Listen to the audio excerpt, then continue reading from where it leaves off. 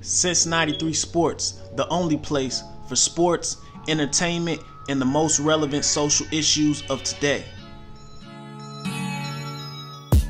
Alright, since 93 Sports, back with another one.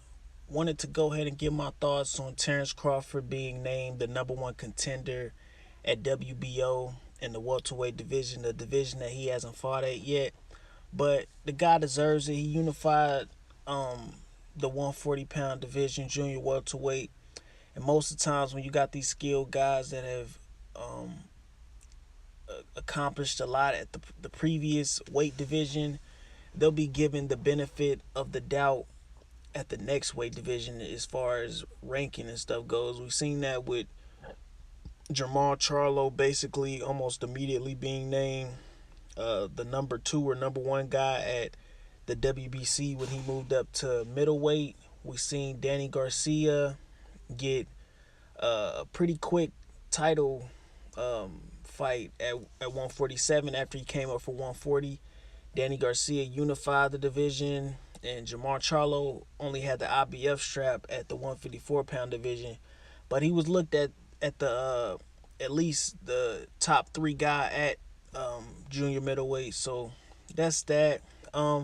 Congratulations to Terrence Crawford. This is a good deal. We know Top Rank wanted to keep that title in-house, and we know how it goes. I want to say the WBO, Top Rank have had that WBO strap at 147 for a while, man. It just keep switching hands, and I really can't look at another promotional company and just see that they had this much control over a sanctioning body, man. Like, if you look at the WBO champions, man, starting at 126, and these are some of probably the most popular divisions. 126, they got Valdez. At 130, they got Lomachenko. 140, they had Terrence Crawford. He hasn't vacated yet. 147, they got Jeff Horn. 168, they got Gilberto Ramirez. At cruiserweight, they got Usyk, and then of course at heavyweight they got Joseph Parker. I believe they're promoting him in some kind of way. The same thing they're doing with Jeff Horn. Like, they're not. I don't think they're like technically signed with Top Rank, but they got like some sort of vested interest in these fighters, basically. So it's crazy, man. That Top Rank is running the WBO, man. Might as well call it the Top Rank belt, because they got a lot of belts with that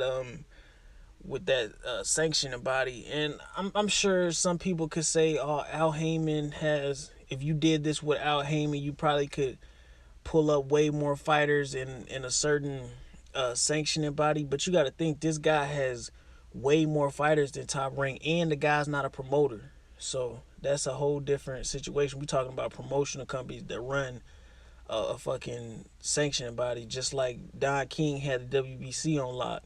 But man, it's crazy, man. That's my thoughts. What do y'all think about all these Top Rank fighters having WBO straps, man?